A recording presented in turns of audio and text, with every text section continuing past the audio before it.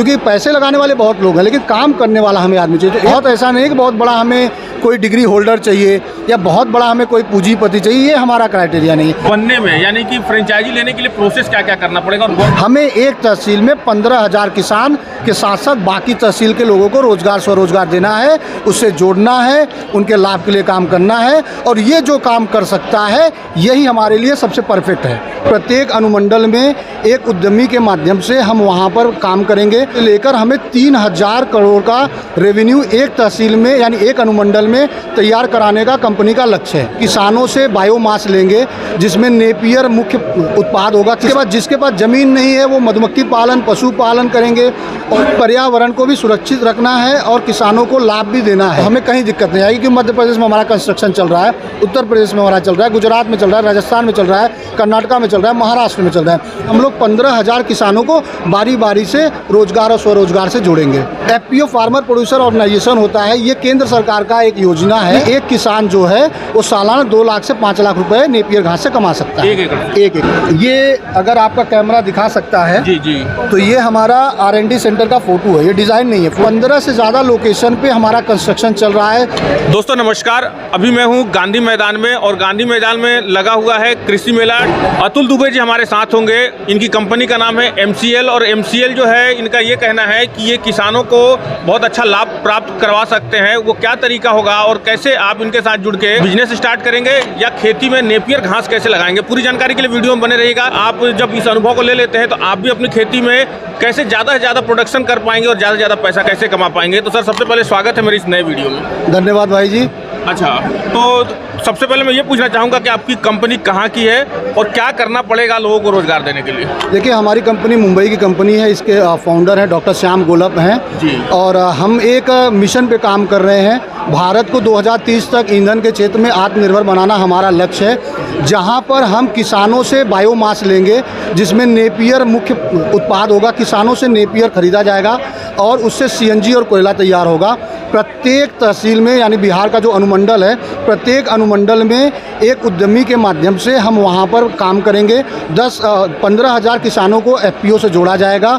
इसके बाद वहाँ पर कंपनी प्लांट लगाएगी, CNG का प्लांट लगाएगी, कोयले का प्लांट लगाएगी। मुख्यतः हम लोग CNG पर ईंधन के क्षेत्र में काम कर रहे हैं। जैविक खेती किसानों से करवाया जाएगा और इसके साथ साथ हम इको फ्रेंडली प्रोडक्ट बनवाएंगे, जैसे कि समझिए आप मधुमक्खी पालन हो गया, पशु पालन हो गया। इस तरीके से लेकर हमें 3,000 करोड़ का रेवेन्यू एक तहसील में यानी एक अनुमंडल में तैयार कराने का कंपनी का लक्ष्य है। अच्छा, तो 3,000 करोड़ का ये बहुत बड़ा अमाउंट होता है। इसके लिए लोग कैसे जुड़ेंगे आपके साथ और कंपनी का मिशन और विजन क्या होगा, कैसे इस तरीके से जुड़ पाएंगे? देखिए, सबसे पहले तहसील का एक उद्यमी तैयार होगा, जो तहसील का फ्रेंचाइजी आप बोलिए, ओनरशिप बोलिए, उनके साथ फिर एक FPO बनाया जाएगा। उसमें 15,000 किसान हम लोग पहली बार में जोड़ेंगे। 15,000 किसान जुड़ेंगे तो सबसे पहले वो 15,000 किसान क्या करेंगे, नेपियर घास उगाएंगे, उनको रोजगार नेपियर घास से मिलेगा। इसके बाद हमारी जो फैक्ट्री लगेगी, CNG का प्लांट लगेगा, कोयले का प्लांट लगेगा, वहाँ पे वो नौकरी करेंगे। वहाँ पर जो भी काम आएगा वो सारा काम उनको करेंगे। इसके बाद जिसके पास ज़मीन नहीं है वो मधुमक्खी पालन, पशु पालन करेंगे, औषधि खेती करेंगे। किसानों को हम लोग जैविक खाद, क्योंकि हमारे CNG प्लांट से खाद बढ़िया क्वालिटी का खाद निकलेगा, वो हम किसानों को डिस्काउंट में बेचेंगे। क्योंकि हमारा सिर्फ बिजनेस करना नहीं है, हमें क्या है, कोऑपरेटिव और कॉर्पोरेट मूवमेंट को लेके चलना है, यानी कि पर्यावरण को भी सुरक्षित रखना है और किसानों को लाभ भी देना है। अच्छा, तो यहाँ पर जैविक खेती करके भी किसान कमाएंगे। फूड प्रोसेसिंग हो गया। इस तरीके से हम लोगों के पास पूरा एक प्रोजेक्ट तैयार है जिसमें हम लोग 15,000 किसानों को बारी बारी से रोजगार और स्वरोजगार से जोड़ेंगे। तो इसमें मतलब कोई ना कोई तो इसका फाउंडर होगा, कोई ना कोई तो इसका मेंबर होगा, कोई ना कोई मुखिया होगा। कैसे और कितना इन्वेस्टमेंट सबसे मेन पर्पस होता है, वो कैसे होगा और कितना इन्वेस्टमेंट होगा? देखिए, कैसा है, कंपनी की एक पॉलिसी है। डॉक्टर श्याम गोलप जो है MBBS हैं, MD हैं, KM हॉस्पिटल से, IS हैं, मुंबई से हैं, और 2001 के आसपास से ही अब्दुल कलाम जी के टीम के साथ काम करने का मौका मिला। ग्लोबल वार्मिंग और भारत को ईंधन के क्षेत्र में आत्मनिर्भर बनाना, इन विषयों पे इनका खुद का रिसर्च है। पूरी पॉलिसी हमने तैयार किया है, जहां पे हम लोग 50 करोड़ का इन्वेस्टमेंट करेंगे CNG प्लांट के लिए, कोयले के प्लांट के लिए, और उससे ज़्यादा ये 50 करोड़ का पहले 10 टन का CNG प्लांट लगेगा। इसके बाद धीरे धीरे ये क्षमता हमारी बढ़ के 100 टन तक भी जाएगा। प्रत्येक अनुमंडल यानी प्रत्येक तालुका में हम लोग इस तरीके से काम करेंगे। अच्छा, तो इनिशियल इन्वेस्टमेंट की मैं बात पूछना चाह रहा हूँ, आपसे मैंने 2 बात पूछ लिया कि इनिशियल इन्वेस्टमेंट जो लोग आएंगे, यानी 15,000 किसानों को जोड़ने वाला कोई तो चाहिए होगा जी। वो कौन व्यक्ति होगा और उसका कितना इन्वेस्टमेंट लगने वाला है? सबसे पहले जो एक अनुमंडल का जो आएगा, जिसको ओनरशिप मिलता है या फ्रेंचाइजी मिलता है, उनका 10 लाख रुपए का इन्वेस्टमेंट होता है। सबसे पहले कंपनी इंटरव्यू लेती है, क्योंकि हमें एक ही आदमी चाहिए अनुमंडल से, तहसील से, जो ये सारा काम कर सके, क्योंकि पैसे लगाने वाले बहुत लोग हैं लेकिन काम करने वाला हमें आदमी चाहिए। तो एक उनका 10 लाख का इन्वेस्टमेंट होगा। इसके बाद वहाँ किसान एफपीओ से जुड़ते हैं, तो वो किसानों का एफपीओ का 110 रुपये प्रोसेसिंग फीस है, तो वो साधारण चीज़ है। लेकिन जो मुखिया है, जो तहसील का मुखिया होता है, उसका 10 लाख रुपए का इन्वेस्टमेंट होता है। 10 लाख का। एफपीओ क्या है? एफपीओ फार्मर प्रोड्यूसर ऑर्गेनाइजेशन होता है। ये केंद्र सरकार का एक योजना है जो किसानों के हितों के लिए बनाया गया है, जिससे क्या कर रहे हैं कि किसान जुड़कर अपना खेती में सरकारी सुविधाओं का लाभ लेने में, मार्केटिंग, अपने उत्पादों की मार्केटिंग करने में, वैल्यू एडिशन करने में, उनको ये एफपीओ जो है वो सहायक होता है। अच्छा, ये एफपीओ के लिए 110 रुपया बोल रहे हैं, ये हो गया यहाँ पे, और एक व्यक्ति ने 10 लाख का इन्वेस्टमेंट कर दिया। अब इसके अलावा ये 15,000 किसानों को जोड़ना बहुत बड़ी बात है। अब 15,000 किसान भी जुड़ेंगे तो इसके साथ इंफ्रास्ट्रक्चर में क्या क्या चाहिए होगा, उसके लिए क्या इन्वेस्टमेंट होगा? देखिए कैसा है, 15,000 जो किसान चाहिए जी, तो वो आज किसान देख रहा है। आज आप एग्रो, आपका बिहार सरकार का बहुत बढ़िया ये कार्यक्रम है, हम इसके लिए बिहार सरकार का धन्यवाद करेंगे। तो यहाँ आप देखें कितने किसान आए हैं और सब किसान देख रहे हैं, एक एक स्टॉल पे जाके अध्ययन करें। तो 15,000 किसान जोड़ना बड़ी बात नहीं है, बस उनको हमारा मिशन, हमारा जो उद्देश्य है वो पहुंचना बहुत ज़रूरी है जी। तो हम वो काम करेंगे, हमारी पूरी टीम, एमसीएल टीम हर तहसील में जाकर हम लोग किसानों को जागरूक करके वो 15,000 लोगों को जोड़ेंगे। दूसरा जो प्लांट लगाने का इन्वेस्टमेंट, हमने बताया कि भाई जो सीएनजी का प्लांट है वो 50 करोड़ के इन्वेस्टमेंट से शुरू होकर वो और भी आगे बढ़ेगा जी। और वो एरिया में कुछ अलग अलग एरिया के हिसाब से भी थोड़े बहुत ऊपर नीचे हो सकता है, कंस्ट्रक्शन है, वहाँ पर ज़मीन चाहिए। 10 एकड़ जगह हमें चाहिए सीएनजी प्लांट के लिए और 1 एकड़ की जगह चाहिए हमें कोयले के प्लांट के लिए, और वहाँ का कंस्ट्रक्शन का थोड़ा बहुत ऊपर नीचे होगा। लेकिन 50 करोड़ का इन्वेस्टमेंट हम लोग शुरू में एक तहसील में करने वाले हैं, हमारी कंपनी करेगी। 50 करोड़ का इन्वेस्टमेंट कौन करेगा? ये हमारी कंपनी करेगी। और इंडिविजुअल 10 लाख करेगा? हाँ, वो तो उनका एक ओनरशिप फीस आप बोलिए, ओनरशिप फीस के लिए सिर्फ 10 लाख इन्वेस्टमेंट कंपनी का करेगी। ओनरशिप जो ले कर रहा है तो उनको कंपनी का शेयर भी मिलता है, कंपनी का पार्टनर हो जाते हैं। उस तहसील के लिए, उस तालुका के लिए वो कंपनी के पार्टनर होते हैं और सारा काम उनके ही माध्यम से हम लोग वहाँ तहसील में करते हैं। जो भी बिजनेस होता है वो उन्हीं के माध्यम से होगा। अच्छा, बात करें आरओआई की, आरओआई कैसे निकलेगा उसका? देखिए, आरओआई उसका एक एक्चुअल आंकड़ा नहीं दिया जा सकता, लेकिन ये समझिएगा कि हम लोग 3,000 करोड़ का रेवेन्यू तैयार करने जा रहे हैं, क्योंकि रेट ऊपर नीचे कम ज़्यादा होता है, लेकिन 3,000 करोड़ का रेवेन्यू एक तहसील में हमें तैयार करना है। हालांकि धीरे धीरे शुरू होगा, 1 करोड़ होगा, 2 करोड़ होगा, ऐसे करके हम 3,000 करोड़। तो आप खुद ही समझिए कि कितना बड़ा ये जाने वाला है। रेवेन्यू का मतलब बहुत बड़े लोगों को रोजगार मिलेगा और सब यहाँ पर हर परिवार एक सम्मानित आमदनी कमा सके, ये हम सुनिश्चित करेंगे। अच्छा, नेपियर से कितना उनको इनकम हो सकता है? देखिए, नेपियर का गणित ये है कि 1 एकड़ में 200 से लेकर 400-500 टन सालाना नेपियर होता है। ठीक है, आज हम लोग उनसे 1 रुपये किलो का खरीद रहे हैं, यानी कि 2 लाख से लेकर 4 लाख 5 लाख रुपए नेपियर का हम लोग उनको सालाना दे रहे हैं। यानी एक किसान जो है वो सालाना 2 लाख से 5 लाख रुपए नेपियर घास से कमा सकता है, 1 एकड़ से।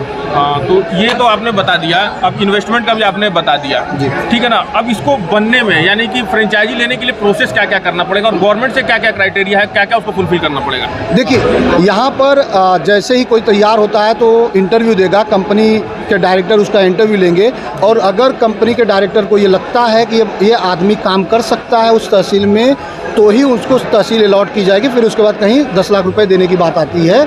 और रही बात आपका दूसरा सवाल था गवर्नमेंट का, देखिए अगर आप देखेंगे ये बजट में तो रिन्यूएबल एनर्जी के ऊपर सरकार ने बहुत बड़ा बजट ये किया है। पेरिस एग्रीमेंट में हमें पर्यावरण को संतुलित करना, कार्बन उत्सर्जन के ऊपर काम करने के ऊपर एक लक्ष्य तय किया है। तो वो तभी हो सकता है जब हम लोग कोयले का और डीजल पेट्रोल का रिप्लेसमेंट लाएंगे, तभी तो हम वो पेरिस एग्रीमेंट के लक्ष्य को पूरा कर पाएंगे। तो गवर्नमेंट भी चाहती है कि इस पर काम किया जाए। केंद्र सरकार का लक्ष्य है कि 2025 तक प्रत्येक तहसील में एक जो है सीएनजी प्लांट लगे। तो ये गवर्नमेंट भी चाह रही है, गवर्नमेंट हम लोग को बुला रही है। अभी कल हमारा उत्तर प्रदेश का ग्लोबल इन्वेस्टर मीट था, वहाँ पे हमारी कंपनी गई है।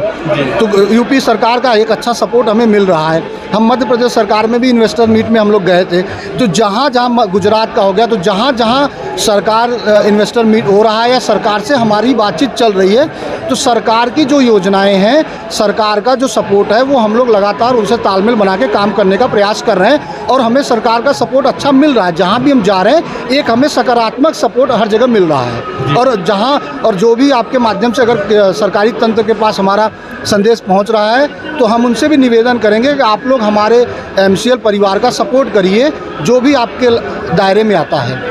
अच्छा, ये कितने साल के लिए होगा? फाउंडेशन कितने साल के लिए, कितने साल तक का ये एग्रीमेंट होगा? नहीं, ये एग्रीमेंट जो उद्योजक है, जो तहसील का ओनरशिप हो रहा है, तो उससे तो हमारा लंबा चलने वाला है, उसके साथ हमारा लाइफ टाइम का चलेगा। और ये ईंधन का खपत और कोयले का खपत तो हमेशा होने वाला है। जब तक यहाँ मनुष्य है तब तक कोयले का खाना पकाने के लिए हमें ईंधन चाहिए और चलने फिरने के लिए हमें ईंधन की ज़रूरत पड़ेगी गाड़ी पेट्रोल में। तो इसके लिए कोई समय सीमा तय नहीं है।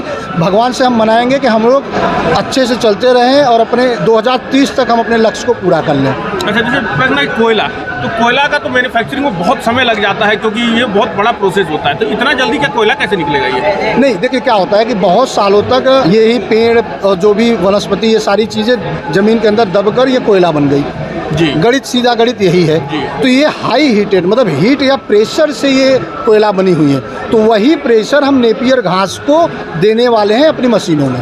अच्छा, जो ये निकलने लगेगा प्रोडक्शन, तो इसका सप्लाई कहाँ पे होगा? देखिए, सप्लाई तो हर घर में है जी। और आज भी 50% आबादी तो लकड़ियाँ इस्तेमाल कर रही हैं, जिससे कार्बन निकल रहा है। हमारे कोयले में कार्बन नहीं निकल रहा है, सल्फर नहीं निकल रहा है। तो सबसे पहले तो हर घर हमारा इस्तेमाल करेगा। जितनी भट्टियाँ चल रही हैं हर जगह जाएगा। आपका बिजली घर जितने हैं वहाँ पे कोयला ये लगेगा, तो हर जगह आपका, हर जगह इसका रिप्लेसमेंट है। और CNG का तो आप पूछ सही नहीं सकते कि भाई वो तो हर जगह जा रहे हैं। CNG की गाड़ियों पर बहुत अच्छा काम हो रहा है इस वक्त, सरकार उस पर काम कर रही है। तमाम कंपनियों के CNG की गाड़ियाँ आ रही हैं मार्केट में। अच्छा, एक चीज़ और भी था कि जैसा कि आप बोल रहे हैं 10 लाख का इन्वेस्टमेंट हो रहा है, नेपियर घास भी लोग लगा रहे हैं, क्या आपका ऑन ग्राउंड प्रोडक्शन यूनिट है जहाँ पे काम चल रहा हो? और बिल्कुल, रायगढ़ कोलार है। अगर आपका कैमरा दिखा सकता है जी जी, तो ये हमारा R&D सेंटर का फोटो है, ये डिज़ाइन नहीं है, फोटो है जी। तो मुंबई से लगभग 200 किलोमीटर दूर पर रायगढ़ जिला आता है। वहाँ पर कोलार में हमारा R&D सेंटर है, रिसर्च एंड डेवलपमेंट सेंटर है। वहाँ पे हमारा CNG का प्लांट तैयार है, वहाँ पे प्रोडक्शन चालू है। उसी प्लांट के बाद ही तो हम लोगों ने बाकी इसके ऊपर काम शुरू किया है, लोगों को जोड़ने का काम या लोगों को समझाने का काम, आपके बिहार तक पहुँचने का काम, उसके बाद ही हमने किया है। इसके अलावा 15 से ज़्यादा लोकेशन पे हमारा कंस्ट्रक्शन चल रहा है। CNG का, बायो CNG प्लांट का लोकेशन चल रहा है और लगभग 50-60 लोकेशन पे कोल का कंस्ट्रक्शन चल रहा है। कोल के प्लांट का चल रहा है, एमकोल जिसको बोलते हैं, बायो कोल बोलते हैं।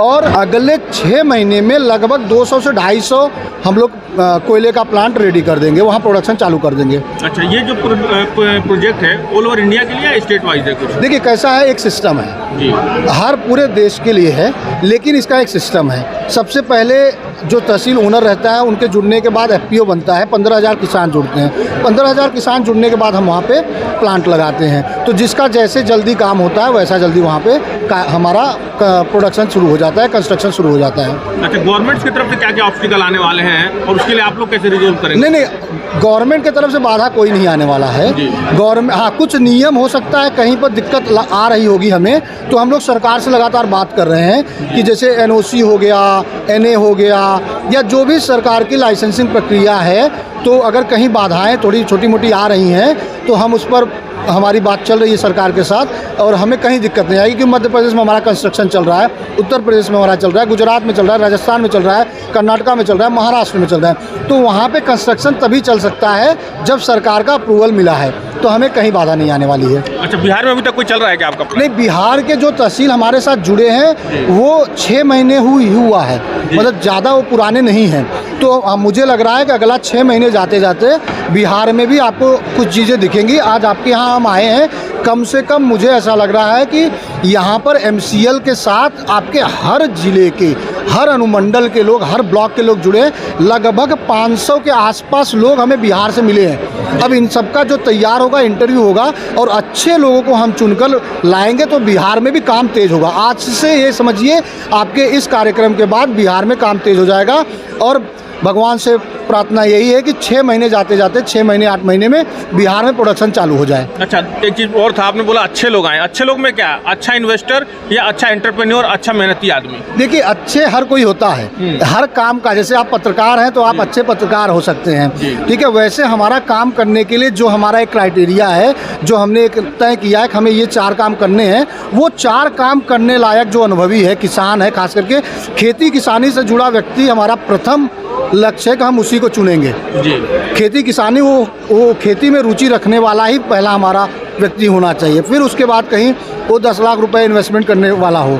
तीसरा, उसके पास लोगों तक जाने से लेकर सारी चीज़ों का काम करने की क्षमता हो जी। तो ऐसे हमें चाहिए। उसमें बहुत ऐसा नहीं कि बहुत बड़ा हमें कोई डिग्री होल्डर चाहिए या बहुत बड़ा हमें कोई पूंजीपति चाहिए, ये हमारा क्राइटेरिया नहीं। हमें एक तहसील में 15,000 किसान के साथ साथ बाकी तहसील के लोगों को रोज़गार स्वरोज़गार देना है, उससे जोड़ना है, उनके लाभ के लिए काम करना है, और ये जो काम कर सकता है यही हमारे लिए सबसे परफेक्ट है। तो दोस्तों, ये इंटरव्यू जो था दुबे जी का था, MCL कंपनी की तरफ से है, और आप सबको बहुत अच्छे से जानकारी इन्होंने दिया। एक एक पॉइंट पे हमने बात किया है। अगर और भी कोई प्रॉब्लम रह जाती है, किस तरह का सोल्यूशन चाहते हैं, तो इनके दिए गए नंबर पे संपर्क करिएगा। मिलेंगे फिर किसी और इंटरेस्टिंग और बिजनेस रिलेटेड वीडियो में। तब तक के लिए थैंक यू, बाय बाय, जय हिंद।